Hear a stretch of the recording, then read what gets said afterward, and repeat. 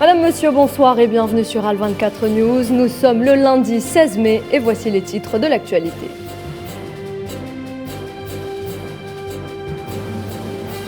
Entretien politique entre le président algérien Abdelmadjid Tebboune et son homologue turc Recep Tayyip Erdogan. La coopération renforcée et désaccords scellés.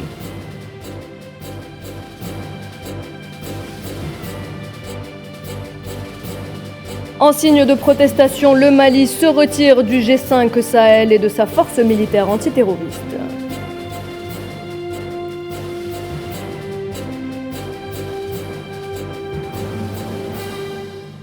Législative au Liban, la liste vers le changement en pole position.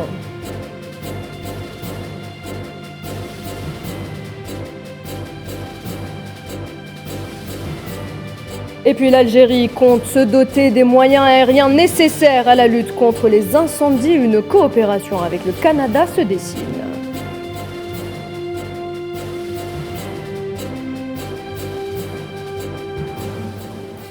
Nous le disions à l'instant, le président algérien Abdelmadjid Tebboune poursuit sa visite d'État en Turquie. Cet après-midi, des entretiens l'ont réuni avec son homologue turc Recep Tayyip Erdogan. Au menu, le renforcement de la coopération économique et les questions régionales et internationales d'intérêt commun. Les deux dirigeants ont présidé ensuite le Conseil de coopération de haut niveau. Plus d'une dizaine de mémorandums d'entente et de protocoles d'accord ont été signés entre Alger et Ankara à l'issue des travaux de ce Conseil. Au volet économique et lors d'une conférence de presse, les deux présidents ont déclaré vouloir doubler le volume d'échanges entre les deux pays.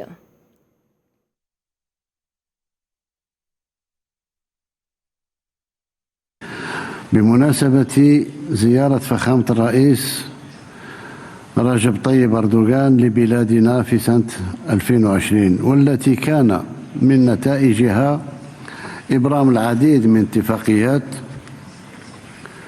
اتفاقية تعاون، ومن أبرز القرارات اللي أخذت آنذاك من طرف فخامة الرئيس أردوغان هي إيصال التبادلات، إيصال الاستثمار التركي في الجزائر إلى ما يقارب 5 ملايير دولار، وتحقق ذلك يعني. وأنا متفق معه تماما بأننا سنرفع السقف الاستثمار حتى نصل إلى إن شاء الله 10 ملايير دولار وما فوق، لماذا لا. Des ambitions partagées entre Alger et Ankara, les investissements turcs sont appelés à se renforcer, un tremplin vers l'Afrique. Karim Bouaziz. Le déplacement du chef de l'État Abdelmadjid Tebboune, le 7e à l'étranger, suscite une vive attente. En effet, les opérateurs économiques de tous bords, impatients, auront les yeux rivés et les oreilles aguerries concernant la nature des contrats qui devront être signés ici. Par ailleurs, avec son soft power, la Turquie d'Erdogan compte bien profiter de l'année phare du 60e anniversaire de l'indépendance pour mettre l'Algérie à l'honneur et surtout se préparer au mieux au futur sommet arabe qui aura lieu à Alger en novembre prochain. La brise de froid soufflant avec la France donnerait à Ankara un appel d'air qu'il faudrait combler, facteur qui ne peut avoir échappé à l'homme fort turc. Sur un autre aspect économique, surtout, l'Algérie est un partenaire incontournable dans la région. Les perspectives d'investissement, qui déjà s'échelonnent à environ 4 milliards de dollars, devraient plus que doubler avec environ une toile de 1300 entreprises turques présentes sur notre sol. Encourager l'ancrage de ce type d'initiative nourrira à coup sûr les échanges entre le président algérien et son homologue du jour. Tout semble au beau fixe entre les deux partenaires, si ce n'est que la coopération n'est pas au mieux de ses potentialités. Quelques chiffres. Des exportations algériennes vers la Turquie fixées à 2,5 milliards de dollars, tandis que les importations visent un peu moins de 1,7. Le volume des échanges commerciaux en tout et pour tout est à l'ordre d'environ 4 milliards de dollars. Pas assez d'après les experts et selon les potentialités des deux pays. Les investissements turcs en Algérie ne sont pas insignifiants bien sûr, mais loin de ceux tablés en 2006 lors de la signature du traité de coopération. Mais le point positif est que la marge de manœuvre est encore à déterminer en aval. Et Alger et Ankara ne le savent que trop bien. Mission d'affaires, traité d'amitié, coopération économique, rencontres d'acteurs importants comme le séjour régulier d'entreprises turques en Algérie, partenariats stratégiques, plateformes diverses dans des secteurs clés. Il y a une volonté de part et d'autre de donner une impulsion à une alliance durable basée sur le gagnant-gagnant essuyant une pléthore de domaines. Les deux pays saisiront donc à travers cette rencontre pour, par exemple, sceller et renouveler les contrats d'approvisionnement en gaz naturel liquéfié jusqu'à environ 2024. À l'heure où la demande mondiale de l'énergie se crispe sur fond du conflit ukrainien, l'entente algéro-turque est lourde de symboles. Un autre domaine, mais toutefois connexe, devrait être à l'ordre du jour, en rappelant que Sonatrach et la société turque Renaissance sont en passe de réaliser un complexe pétrochimique dans la ville turque d'Adana. Le coût d'investissement, 1,4 milliard de dollars, avec une part de 34% détenue par Sonatrach. Exemple de faisceau d'indices qui place le séjour en carrière du président Tebboune sous les meilleurs auspices pour le rapprochement encore plus des deux pays. Hier, aussitôt arrivé, Abdelmadjid Tebboune a rencontré des représentants de la communauté algérienne établie en Turquie. Le président algérien a fait quelques annonces. Le volume d'échanges turcs en Algérie est de 4 milliards de dollars, ce qui accorde à la Turquie la place du plus grand investisseur en Algérie. Abdelmadjid Tebboune a aussi précisé que les échanges commerciaux entre Alger et Ankara sont actuellement entre 4 et 5 milliards par an. Le président algérien qui a aussi dévoilé la volonté de son homologue turc de travailler conjointement pour élever la barre des investissements et accéder au marché africain.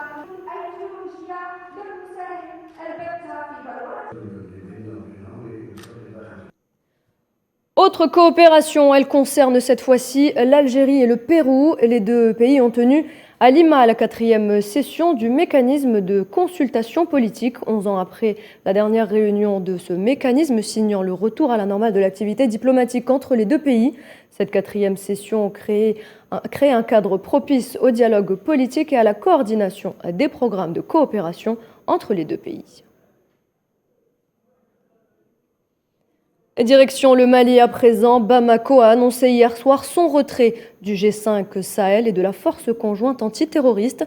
Les autorités maliennes accusent les autres pays membres de l'organisation de vouloir empêcher le Mali d'assurer sa présidence dans le but de mieux l'isoler. Naïla Hamouda. C'est une nouvelle déclaration retentissante de Bamako.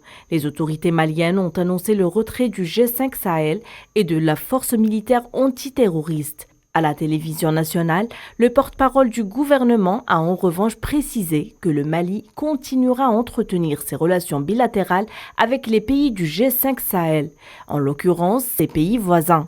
Le gouvernement de la République du Mali décide de se retirer de tous les organes et instances du G5 Sahel, y compris la force conjointe. À l'origine du différend entre le Mali et le G5 Sahel, la présidence tournante du G5 Sahel.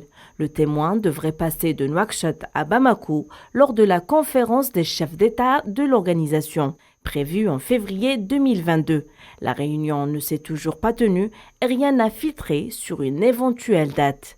Les autorités maliennes accusent implicitement un État membre d'empêcher Bamako de présider le G5 Sahel, prétextant l'instabilité de la situation interne au Mali. Sous la pression de la CEDEAO, le pays s'est vu subir depuis janvier des sanctions économiques et diplomatiques. L'organisation ouest-africaine accuse les autorités de transition de vouloir se maintenir au pouvoir. Bamako critique aussi la France sans la nommer. L'opposition de certains États du G5 Sahel à la présidence du Mali est liée aux manœuvres d'un État extra-régional visant désespérément à isoler notre pays, le Mali. Ce retrait du G5 Sahel survient aussi après l'annulation des accords de défense avec la France et les pays européens et le départ des forces Barkhane et Takuba, appelées à se redéployer dans la région. Après le départ annoncé du Mali, l'organisation régionale sahélienne est réduite à 4 pays, la Mauritanie, le Tchad, le Burkina Faso et le Niger. Et au moins 43 personnes, dont des civils et des volontaires de la défense de la patrie, ont été tuées samedi dans 3 attaques attribuées aux groupes armés terroristes au Burkina Faso. Aucune de ces attaques n'a été revendiquée pour le moment. Le pays est souvent ciblé par les groupes terroristes depuis 2015, des attaques qui ont fait plus de 2000 morts civils et militaires et plus de 1,8 million de déplacés internes selon les autorités. Une délégation parlementaire espagnole effectuera la semaine prochaine une visite au camp de réfugiés sahraouis pour participer aux célébrations du 49e anniversaire de la célébration du Front Polisario. et du déclenchement de la lutte armée, mais également pour réitérer son soutien à la cause sahraoui et condamner le flagrant parti pris de Pedro Sánchez concernant le conflit au Sahara occidental. Souhila Kilal. Soutenir le combat du peuple sahraoui et condamner le flagrant parti pris du Premier ministre espagnol Pedro Sánchez concernant le conflit au Sahara occidental. Tel est le but de la prochaine visite qu'effectuera une délégation parlementaire espagnole la semaine prochaine dans les camps des réfugiés sahraouis. La dite délégation va également participer aux célébrations du 49e anniversaire de la création du Front Polisario et le déclenchement de la lutte armée. De nombreuses personnalités feront partie de cette délégation, notamment la 3e vice-présidente du Parlement espagnol, en plus des politiques de l'Europe et de l'Amérique latine. Les députés du Parlement espagnol se sont indignés contre la décision unilatérale de Pedro Sánchez en faveur de la souveraineté marocaine sur le Sahara occidental. Au cours d'intenses débats, les groupes parlementaires ont vivement dénoncé la position défendue par leur Premier ministre, la qualifiant de trahison au peuple sahraoui. Pendant ce temps, le régime du Merzen continue impunément ses exactions et ses intimidations à l'encontre du peuple sahraoui. La nuit dernière, la militante sahraoui des droits humains, Sultana Khaya, a fait l'objet d'une tentative d'assassinat. J'ai fait hier l'objet d'une tentative d'assassinat commanditée par les hautes instances des renseignements marocains. Ils ont donné l'ordre à un citoyen marocain de détruire mon domicile à l'aide d'une semi-remorque. L'individu a tenté à minuit, puis à 2 heures du matin, de défoncer les murs de ma maison. Heureusement que des jeunes sahraouis sont intervenus à temps. Nous demandons à la communauté internationale d'intervenir pour mettre fin à ces pratiques que nous subissons depuis 1975 à ce jour et sauver la famille Khaya dans les territoires occupés. 544 jours que la militante Sultana Khaya est assignée à résidence. Depuis le 17 mars 2022, Ruth McDonough et Adrienne Keane, 2 volontaires de la protection non armée, vivent chez elle pour la protéger, elle et sa famille, des abus et des agressions du régime marocain. Explosion au domicile de Taoufik Sharfeddin, ministre de l'Intérieur tunisien. Ce dernier se trouvait chez lui au moment de la déflagration, mais ne semble pas avoir été touché. Il serait depuis quelque temps la cible d'une mafia politico-économique suite à la main de fer qu'il a actionnée à leur encontre. Cette explosion au gaz est-elle accidentelle ou est-ce un acte prémédité? Élément de réponse avec Leila Gertal. Cette explosion survient à un moment très sensible sur le plan politique qu'il est très difficile de ne pas faire des liens, des recoupements et des lectures. Selon les sources officielles, cette explosion survenue au domicile du ministre de l'Intérieur tunisien Taoufik Sharafeddin est due à une fuite de gaz. L'épouse a été certes touchée, mais sa vie est hors de danger. Cependant, des soupçons subsistent. Connu pour être le bras droit du président tunisien Kais Saïd, le ministre de l'Intérieur tunisien a lancé depuis quelque temps une véritable campagne anti-corruption et anti-spéculation contre une mafia politico-économique roulant pour son compte et le compte de certains pays malveillants, ce qui lui a valu des menaces très sérieuses de la classe touchée.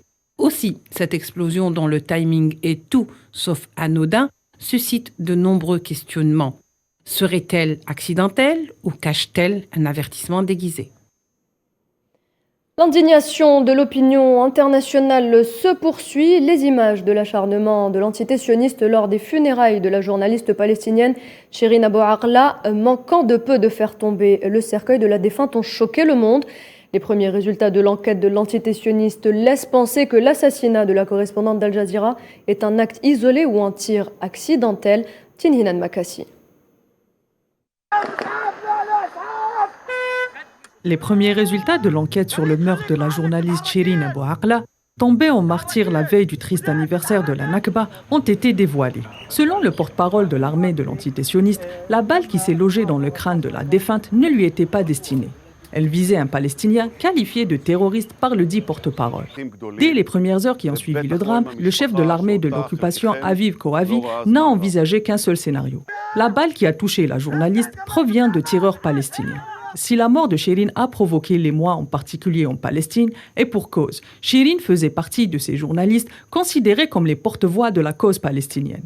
C'est l'acharnement de l'armée sioniste lors de ses funérailles, manquant de peu de faire tomber son cercueil, qui a provoqué un tollé mondial. Des personnalités de tous bords, politiques, artistiques, venant du monde arabe à l'Afrique, en passant par l'Occident, sans oublier les instances internationales, à l'instar de l'ONU, tous ont déploré la violence gratuite dont a fait preuve l'entité sioniste. Pour empêcher Shirin Abu Akleh d'être recouverte du drapeau palestinien alors qu'elle se dirigeait vers sa dernière demeure. Cela dit, bien que la barbarie de l'entité sioniste soit révélée au grand jour par ce drame de trop, les exactions et les expansions coloniales se poursuivent dans les territoires occupés.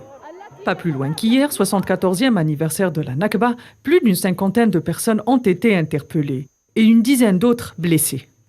Pour bon nombre d'observateurs internationaux, la mort de Shirin Abu Akleh met le monde face à ses responsabilités, ayant habitué l'entité sioniste à l'impunité absolue, alors que la barbarie de cette dernière n'épargnait même plus les enfants. Depuis les années 2000, au moins 8000 enfants palestiniens ont été détenus, interrogés et même torturés dans les geôles de l'entité sioniste, affirment les organisations de défense des droits humains. Le décompte des voix pour les élections législatives au Liban a débuté avec un taux de participation de 41% et une importante mobilisation de la diaspora libanaise. Les premiers résultats semblent en faveur de la liste de l'opposition unie, issue du mouvement de contestation d'octobre 2019. Le Hezbollah, lui, semble en perte de vitesse. Iman Merad. Le pays des Cèdres a réouvert ses bureaux de vote ce dimanche 15 mai pour la première fois depuis le mouvement de contestation populaire en 2019. Le taux de participation annoncé s'élevant à 41%, un taux jaugé relativement faible en comparaison aux dernières législatives de 2018 qui avaient atteint 48%. La campagne électorale des législatives s'est essentiellement cristallisée autour du Hezbollah qui, selon les premiers résultats du scrutin, semble en perte de vitesse. Alors que le pays vit une crise socio-économique sans précédent, ces élections législatives pourraient constituer une éventuelle opportunité de sortie de crise. Les candidats de l'opposition issus du mouvement populaire de 2019 pourront-ils donc accéder au Parlement et faire pencher la balance? À cet effet, le total des voix obtenues par la liste Ensemble vers le changement, proche de la contestation du 17 octobre, et les deux autres listes incomplètes qui se sont présentées au Liban Sud 2 pourraient donner une indication des futures chances de percée d'une liste d'opposition unie. Par ailleurs, les militants du parti politique Courant du Futur ont boycotté en masse ces législatives suite à l'appel de l'ex-premier ministre Saad Hariri, qui, rappelons-le, a annoncé son retrait de la vie politique le 24 janvier dernier. Les résultats officiels attendus permettront de connaître le nombre de votes blancs dans la circonscription qui pourrait, en plus de l'abstention, exprimer une certaine désapprobation du tandem Hezbollah-Amal par une partie de l'électorat de la région, constitué à plus de 80% de chiites. La ville de Tyr avait en effet été très active durant la révolte d'octobre 2019, jusqu'à ce que les manifestations soient violemment réprimées. Les listes qui se faisaient la compétition hier étaient nombreuses dans la plupart des circonscriptions, mais les électeurs se sont subdivisés en 3 blocs. Ceux qui aspirent au changement, donc issus de la contestation, ceux qui ont voté suivant des principes souverainistes, et enfin ceux qui ont renouvelé leur confiance aux divers partis au pouvoir, en l'occurrence le tandem chiite ou le courant patriotique libre. Enfin, la diaspora libanaise a voté dans plus de 50 pays. Selon des experts, cela pourrait éventuellement renverser la donne en faveur des candidats issus du mouvement de contestation de 2019. Elisabeth Borne, ancienne ministre du Travail, remplace Jean Castex à Matignon. Elle est la nouvelle première ministre d'Emmanuel Macron. Elle est aussi la première femme à occuper ce poste depuis Édith Cresson dans le gouvernement de Mitterrand en 1993. Et le conflit russo-ukrainien domine toujours l'actualité au 81e jour de l'opération militaire en Ukraine. La pression russe reste forte dans l'est du pays. De l'aveu même de Kiev, la situation dans le Donbass reste très difficile. Sofiane Baroudi. Lviv, à la frontière polonaise, a été ciblée par des missiles de croisière russes dans l'objectif de couper les lignes d'approvisionnement des forces armées ukrainiennes. La nouvelle phase de l'opération militaire russe se concentre sur la zone orientale et méridionale de l'Ukraine. La prise de la ville névralgique de Mariupol a été une avancée notable. La zone industrielle Azovstal, toujours sous blocus, a été pour sa part ciblée par des roquettes incendiaires lancées massivement par les forces russes.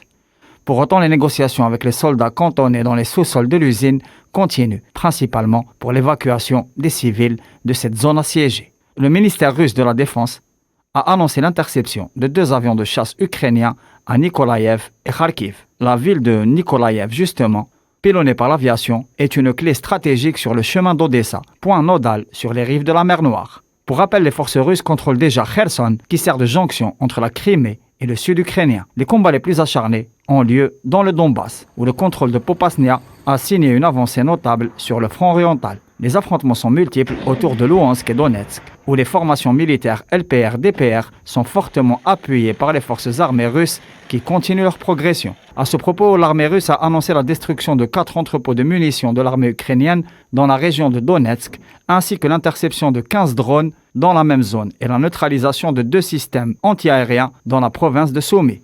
Les forces armées ukrainiennes ont d'ailleurs détruit des ponts dans la citadelle de Kramatorsk pour freiner l'avancée russe. L'axe névralgique Slaviansk-Kramatorsk est défendu de manière acharnée. La ville de Kharkov connaît une longue séquence tactique de très haute intensité. Les accusations fusent des 2 parts, principalement sur le non-respect des corridors humanitaires permettant l'évacuation des civils des zones de combat. L'intensification du soutien militaire occidental à l'Ukraine via la frontière polonaise et l'annonce de l'intégration de la Finlande et de la Suède au commandement intégré de l'OTAN sont des facteurs qui font planer le risque de l'embrasement d'autres chaudrons sur un vieux continent plus que jamais en grande instabilité. Et après la Finlande, c'est au tour de la Suède d'officialiser sa candidature à l'OTAN après consultation au Parlement. Une candidature qui fait suite à l'opération militaire russe en Ukraine et à laquelle a réagi le Kremlin, la qualifiant de grave erreur dont les conséquences auront une portée considérable. L'adhésion de la Finlande et de la Suède à l'Alliance Atlantique ne représente aucune menace pour Moscou, assure Vladimir Poutine, mais elle nécessite une réaction et des mesures de représailles. Concernant l'Europe, ces adhésions ne vont pas y améliorer la sécurité, annonce le Kremlin.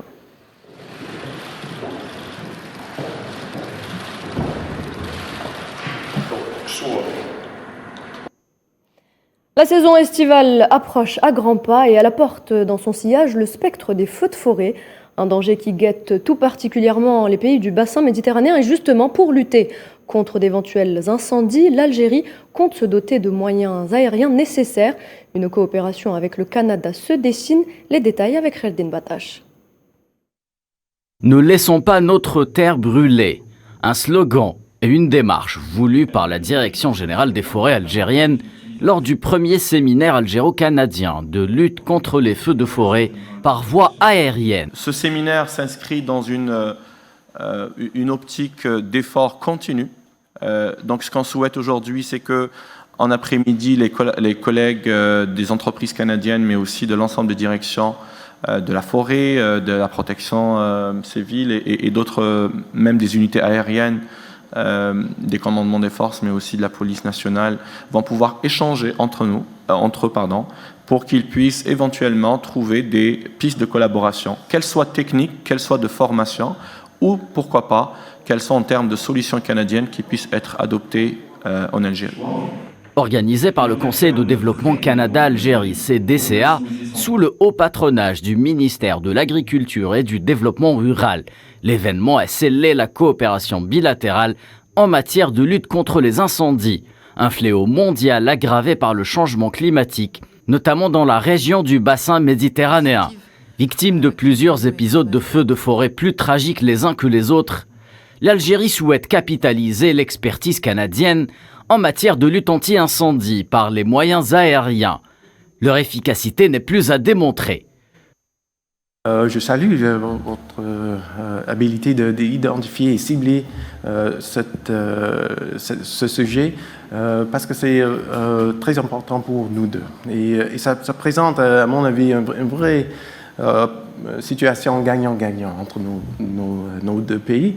Parce que comme quelques-uns de nos experts ont dit ce matin, les changements climatiques sont en face de nous tous et ça présente un défi universel. De nombreux spécialistes, experts canadiens et nord-américains en aéronautique, ainsi que des entreprises leaders du secteur de lutte aérienne contre les incendies, ont longuement débattu des aspects de la protection, la surveillance et la détection des feux de forêt, mais surtout de déploiement des avions Air Tanker. Il y a une expertise qui est là, pourquoi ne pas en profiter ? Nous, en tout cas, nous sommes preneurs de toute expertise venant d'experts qui pourraient nous faire avancer dans ce domaine. Pour la campagne 2022, l'Algérie a prévu l'affrètement de 6 avions bombardiers, 4 de 3000 litres et 2 de 6000 litres. Et puis la boxeuse algérienne Imen Khalif a décroché une qualification historique en demi-finale du championnat du monde de boxe qui se déroule à Istanbul. La native de Tiaret a battu aujourd'hui la grecque Papadatu Olga Pavlina. En quart de finale de la compétition, elle s'assure la médaille de bronze.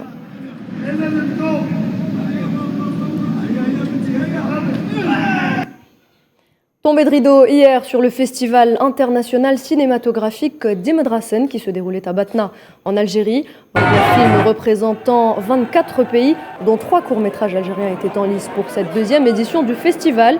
Le prix du meilleur court-métrage a été attribué à l'Égyptien Mohamed Khaïdr pour son film Tuk Tuk.